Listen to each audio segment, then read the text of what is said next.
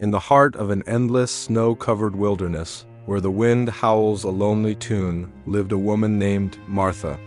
Her cabin, a small speck of warmth against the vast, frozen landscape, was her sanctuary. For years, she had chosen solitude, finding companionship in the silent dance of snowflakes and the rustle of the ancient pines. Life was simple, predictable, and profoundly quiet. But one winter, a blizzard unlike any she had ever seen descended upon the mountains, a furious storm that would test her spirit and forever change her understanding of the wild. The storm raged for days, a white curtain of chaos that buried the world. Inside her cabin, Martha was safe, the crackling fire her steadfast companion.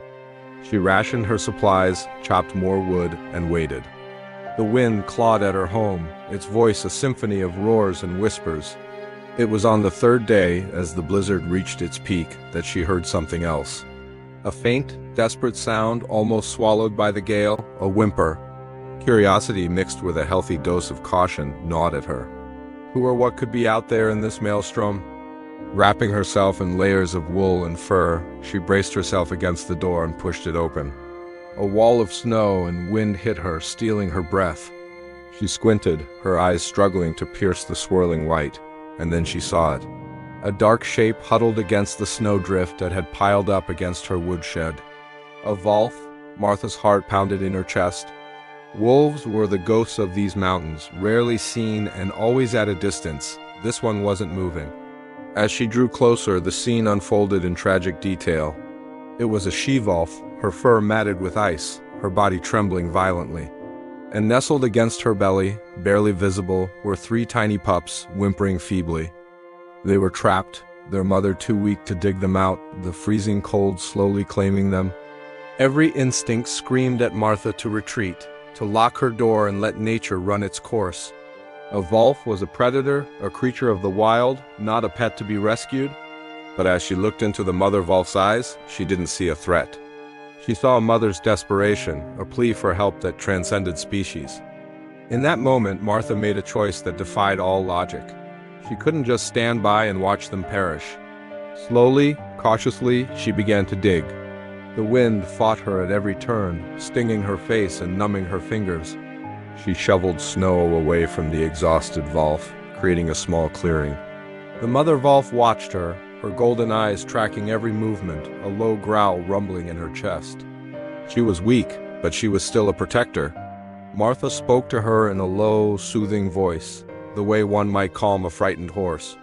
"It's okay," she murmured, her words whipped away by the wind. "I'm here to help." Once she cleared enough space, Martha retreated to her cabin and returned with a thick wool blanket and a bowl of warm broth from the stew she made for herself. She placed the bowl on the snow, a safe distance away, and gently draped the blanket over the shivering pups. The mother wolf watched, her growl softening into a questioning whine.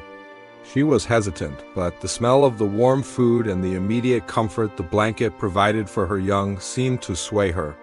She dipped her head and lapped at the broth, her first nourishment in days. For the next 2 days, as the blizzard continued its assault, this became their routine. Martha would venture out, bringing food and fresh, warm blankets. She never got too close, always respecting the wolf's space, but an unspoken understanding began to form between them. The she-wolf no longer growled when Martha approached. Instead, she would lift her head, her gaze soft, a silent acknowledgement of the human who was keeping her family alive. The pups, warmed and fed, grew stronger, their whimpers turning into playful yips. On the 5th day, the world fell silent. The blizzard had passed, leaving behind a pristine landscape of shimmering white under a brilliant blue sky. When Martha stepped outside, she found the she-wolf standing, stronger now, nudging her pups. The little family was ready to move on.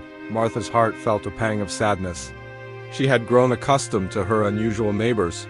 The mother wolf looked at Martha, a long, deep gaze that seemed to hold a universe of meaning. Then she did something extraordinary. She took a step toward Martha, lowered her head, and let out a soft, low howl. It wasn't a sound of aggression or warning. It was different, acknowledgement, gratitude. Then, with her pups trotting eagerly behind her, she turned and disappeared into the vast, silent forest, leaving only a trail of paw prints in the fresh snow. Martha stood there for a long time, a profound sense of peace washing over her.